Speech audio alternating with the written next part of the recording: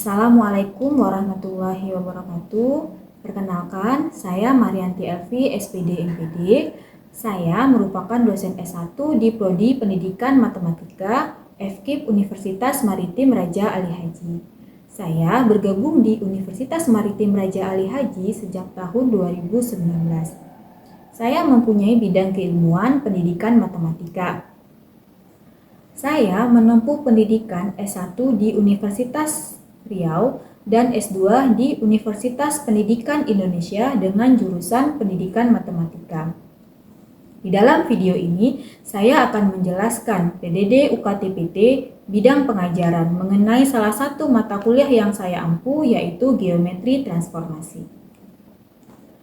Mata kuliah Geometri Transformasi mempunyai bobot 3 SKS. Mata kuliah ini merupakan mata kuliah wajib yang harus dipelajari oleh mahasiswa pendidikan matematika di semester 4. Mata kuliah Geometri Transformasi bertujuan agar mahasiswa mampu menguasai dan memahami materi geometri transformasi sebagai bekal untuk mengajar di SMP dan di SMA.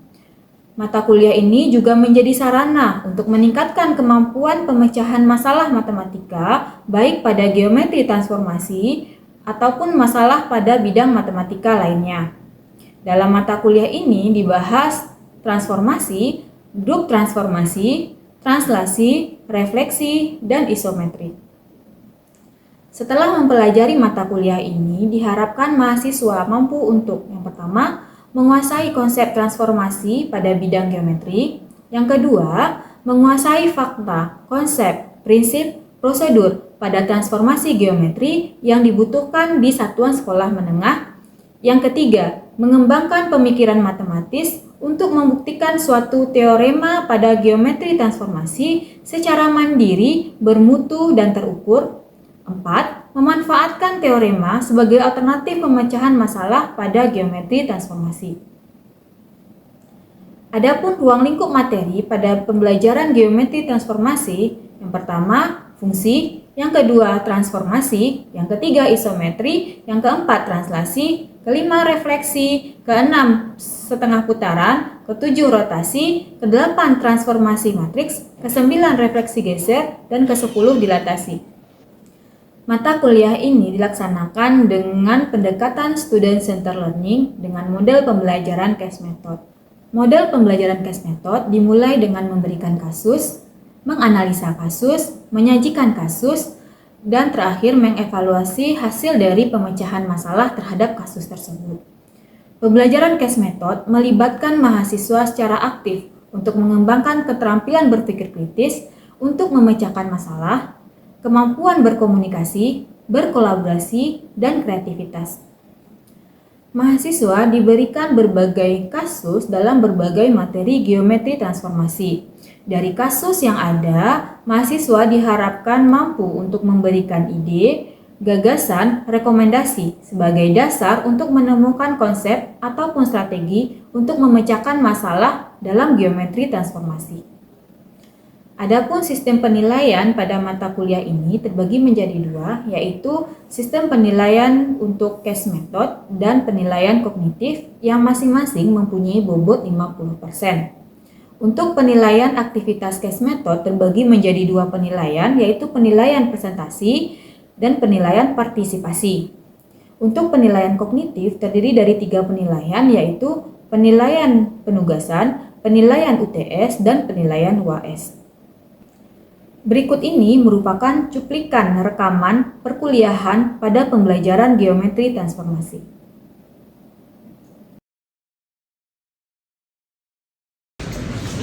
Assalamualaikum warahmatullahi wabarakatuh.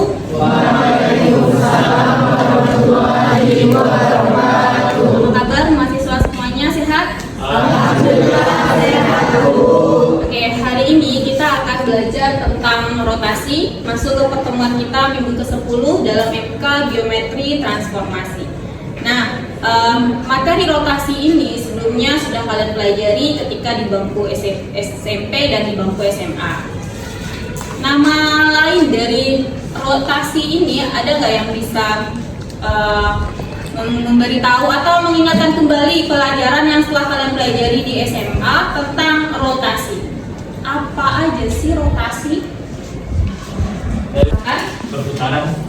Rotasi adalah perputaran. Kira-kira jadi nanti ada titik pusat unsur-unsurnya, kemudian ada lagi sudut yang akan dirotasikan, ada sudutnya, kemudian titik dan arahnya. Apakah arahnya nanti akan searah jarum jam atau berlawanan arah jarum jam? Nah, apa sih yang kita inginkan atau capaian apa yang diharapkan dari pertemuan ini? Yaitu mampu menjelaskan konsep rotasi, mampu menjelaskan teorema dalam rotasi, mampu menentukan hasil rotasi suatu objek geometri, dan mampu mengaplikasikan teorema yang ada pada permasalahan dalam rotasi. Jadi beberapa ini adalah indikator capaian yang harus kalian penuhi atau yang harus kalian kuasai setelah mempelajari materi ini. Nah, model pembelajaran kita hari ini adalah pembelajaran case method learning dengan beberapa tahapannya: orientasi masalah, menganalisa kasus, mengembangkan dan menyajikan hasil, menganalisa dan mengevaluasi hasil.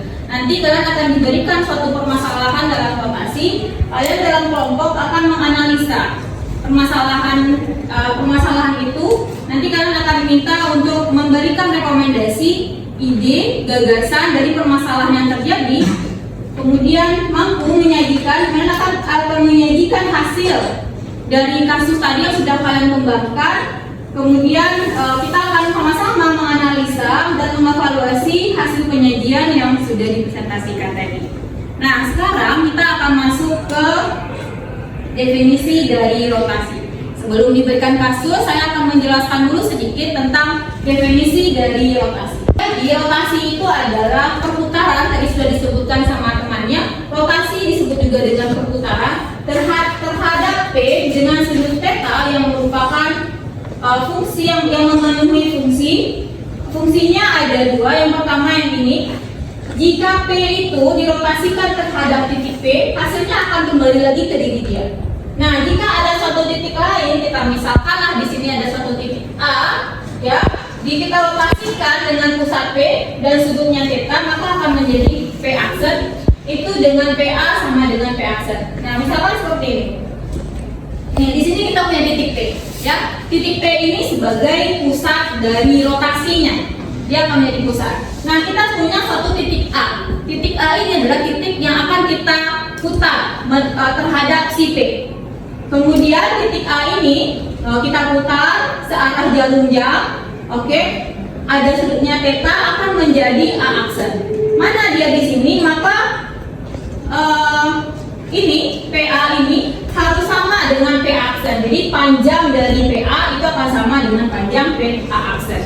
Nah, di sini dari definisi ini kita merujuk atau membentuk sebuah sifat dari rotasi, yaitu jarak dari suatu titik pusat ke benda, ya, jarak dari suatu titik pusat ke benda itu akan sama dari jarak dari titik pusat ke bayangan. Jadi seperti itu definisi dari rotasi. Jelaskan si P ini adalah titik pusatnya, kemudian theta adalah besar sudutnya, kemudian ada lagi arah sudut.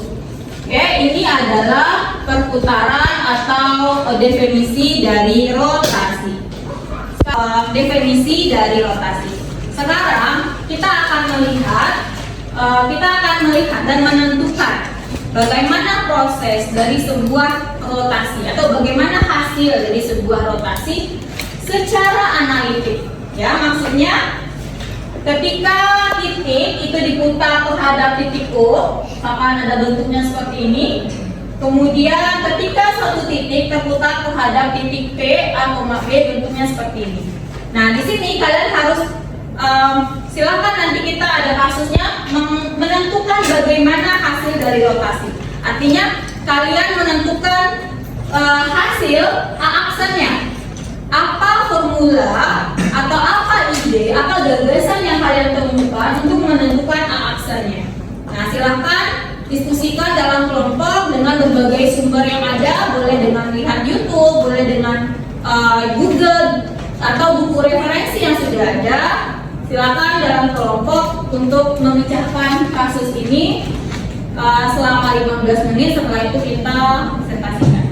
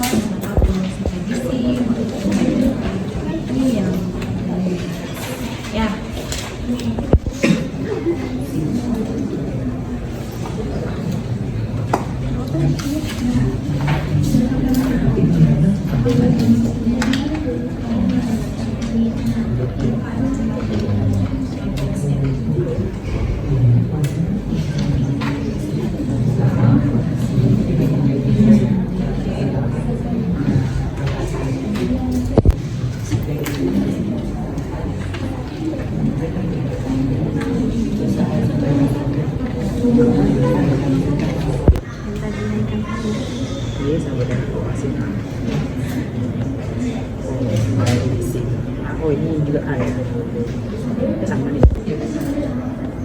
Kalau di satu ada enggak atau beda sebutnya.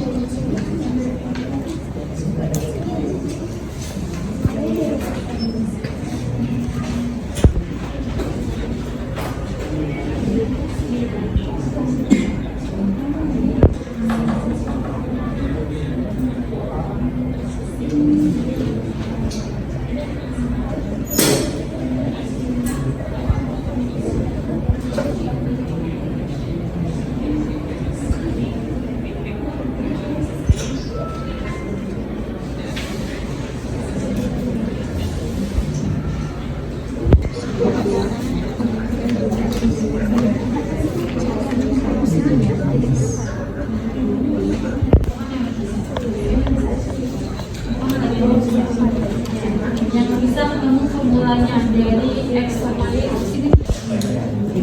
Oke, waktunya sudah habis. Sekarang kita akan masuk ke tahapan selanjutnya, yaitu menyajikan hasil dari kasus yang sudah saya berikan tadi. Kepada Nikal, tolong. Baiklah, dari kasus yang akan dipecahkan yaitu bagaimana hasil rotasi dari suatu titik yang diputar terhadap pusat O dengan titik 0,0. Lalu diberikanlah sebuah gambar yang mana di sini terdapat titik A yang dirotasikan terhadap sudut theta dan titik O sehingga menjadi A aksen dengan titik X aksen, Y aksen. Lalu dari sini kita juga kita ambil sebuah sudut, yaitu sudut dari OA terhadap garis X, sumbu X, yaitu sudut alfa. Lalu dari sudut alfa ini kita akan mendapatkan nilai X itu yaitu dari sini, dari O ke sini, titik ini atau X. Lalu di sini ada titik yang akan menjadi garis dari sini menjadi ya X aksen, di sini menjadi Y, di sini menjadi Y aksen. Lalu menggunakan hubungan trigonometri kita dapat mencari nilai dari x ini. Dari x ini kita dapat peroleh dari x itu sama dengan OA garis OA dikalikan dengan cos alpha. Lalu kita dapat juga mencari nilai y, yaitu dari y itu sama dengan O garis OA dikalikan dengan sin alpha. Kemudian kita bisa juga mencari nilai dari x aksen dan y aksen menggunakan rumus penjumlahan dua sudut, yaitu sudut dari alpha ditambahkan dengan theta. X aksen itu sama dengan, jika melihat segitiga maka garis yang dipakai adalah OA aksen. Namun karena panjang OA aksen ini sama dengan OA, maka kita bisa juga menuliskannya menjadi OA saja dikalikan dengan cos dari alpha ditambah theta. Lalu y aksen sama seperti x aksen, maka menjadi OA dikalikan dengan sin alpha ditambah theta. Lalu menggunakan rumus penjumlahan dua sudut ini dapat kita pecah menjadi x aksen sama dengan OA dikalikan dengan cos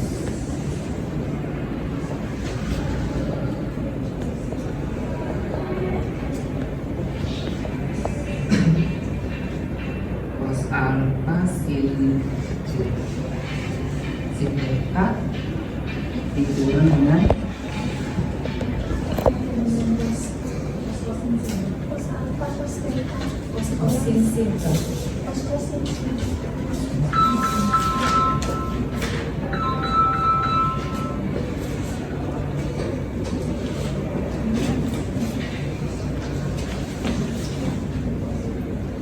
lalu OA dikalikan dengan cos alpha itu sama dengan x, sehingga dapat kita ubah menjadi x cos theta dikurang OA dikalikan dengan sin A menjadi y, yaitu menjadi y sin theta. Lalu dari y aksen ini dipecah menjadi y aksen sama dengan OA aksen dikalikan dengan cos sin alpha cos theta ditambah cos alpha sin theta. O alpha OA dikalikan dengan sin I sama dengan y, yaitu menjadi y cos alpha cos theta ditambah dengan OA dikali cos alpha menjadi x sin theta. Bisa juga kita pindahkan x nya ke depan menjadi x sin theta ditambah y cos theta. Lalu x aksen dan y aksen ini dapat kita ubah menjadi basis matriks, yaitu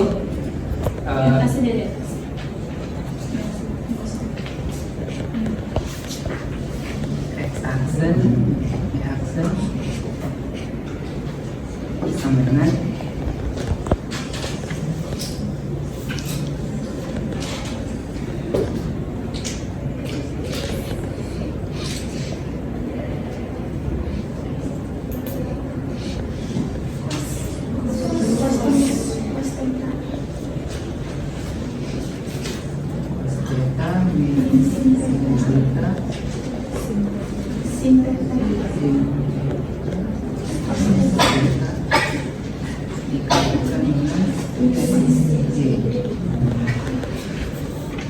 maka diperolehlah dari sini rumus untuk mencari titik x aksen dan y aksennya, yaitu dalam bentuk matriks seperti ini. Untuk rotasi titik A terhadap O 0,0.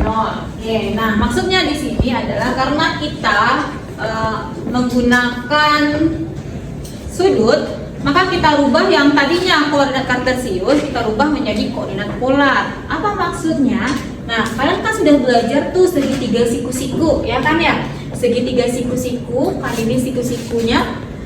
Sehingga untuk menentukan, masih ingat trigonometri itu segitiga siku-siku, nah sin apa? Ayo, ada ingat nggak sin apa? Demi, serta tangan, desa, kosami. Nah, karena yang kita ketahui di sini adalah garis OA, ya garis OA, maka kita OA ini biasanya kalau di dalam segitiga ini sebagai X, ini Y, dan ini apa? R. Oke. Nah, tadi kalau kita ingin menentukan tadi X berbandingan X dan R, kalau X kita bandingkan dengan R itu menjadi apa tadi? Cos. Sini ada alfa, berarti cos alfa, ya. Maka ketika kita hanya ingin menentukan si nilai X, maka X sama dengan si R-nya pindah R cos alfa. Tapi dalam kasus kita tidak ada menggunakan R, kita lebih menggunakan OA, sehingga di sini X-nya adalah OA cos alfa. Nah, itulah tadinya tuh kenapa tadi si X-nya itu dan Y-nya berubah menjadi X-nya cos alfa dan Y-nya sin alfa, karena kita rubah koordinat kartesius, kita rubah menjadi koordinat polar. Ini tadi yang untuk bagian yang pertama terhadap titik 0,0. Sebelumnya untuk lanjut ke yang kedua, ada yang ingin ditanyakan untuk permasalahannya di sini atau bisa dipahami dengan baik? Bisa? Nah, sekarang kita lanjut ke pusat PA, B. Oke. Di pusat BA 0,0. Kemudian apa lagi? Tetanya berapa? Oke, karena tadi ada ada kalimat searah jarum jam, maka tetanya bernilai negatif 180. Oke, kita ini kanlah ke yang sudah diperdapat tadi, X aksen Y aksen itu akan sama dengan apa? Cos theta min sin theta sin theta cos theta. Oke, kita kali dengan X. Nah, di sini kita lanjutkan, berarti kita pakai cos min 180 min sin min 180 sin 180 min 180 dan cos min 180 dikali X. Oh ya, X-nya adalah min 2, Y-nya 5. Oke, ada video lagi. Lanjut. Nah, perhatikan baik-baik. Kita review sedikit pembelajaran trigonometrinya. Kalau cos min alfa jadinya apa? Kalau sin min alfa jadinya apa? Kalau cos min jadinya apa? Cos alfa. Kalau sin min jadinya apa? Min sin alfa. Min sin alfa. Nah, ini kita selesaikan dulu. Berarti ini jadi apa? Cos min 180 cos 180. Nah, udah min sin min 180 jadi apa nih? Nah, positif ya kan? Sin 180. Yang ini jadi apa?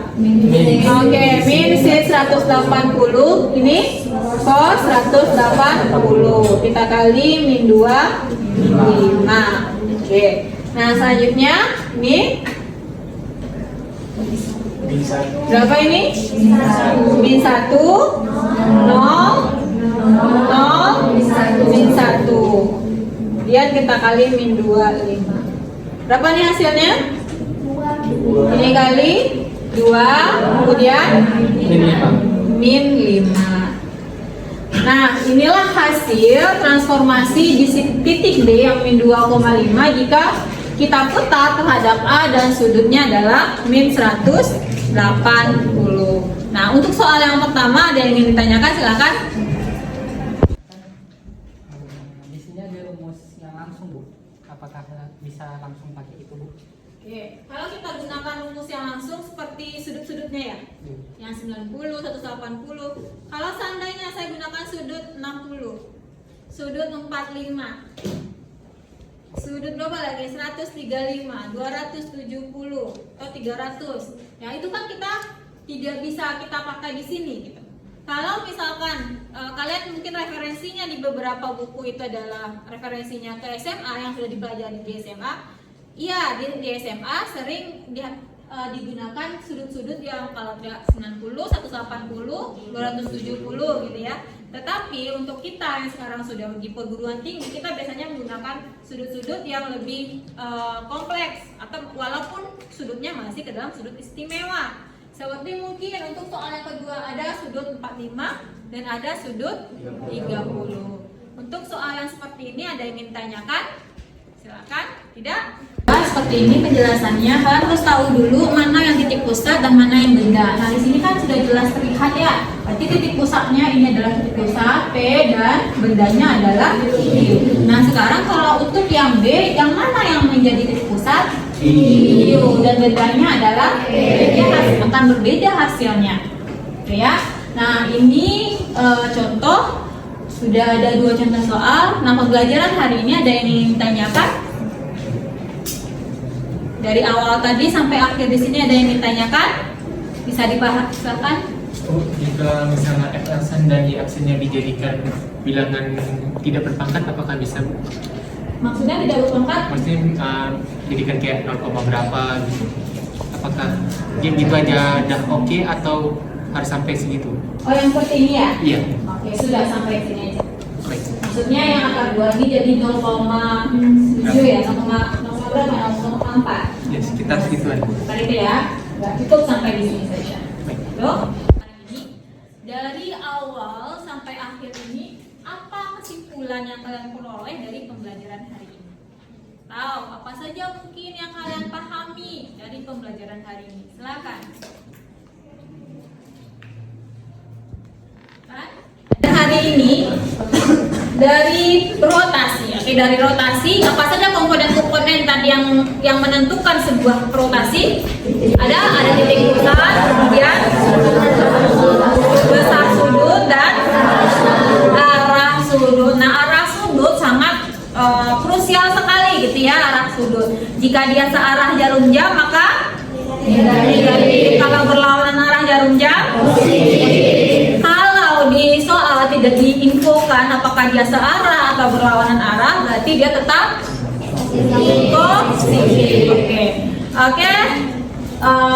Sudah, kita lanjut ke penugasan. Ini penugasan untuk minggu depan. Silakan dipelajari dulu. Ini penugasan ini berguna untuk menambah pemahaman kalian tentang materi yang sudah kita pelajari hari ini. Ya. Oke, sekian pembelajaran kita. Terima kasih.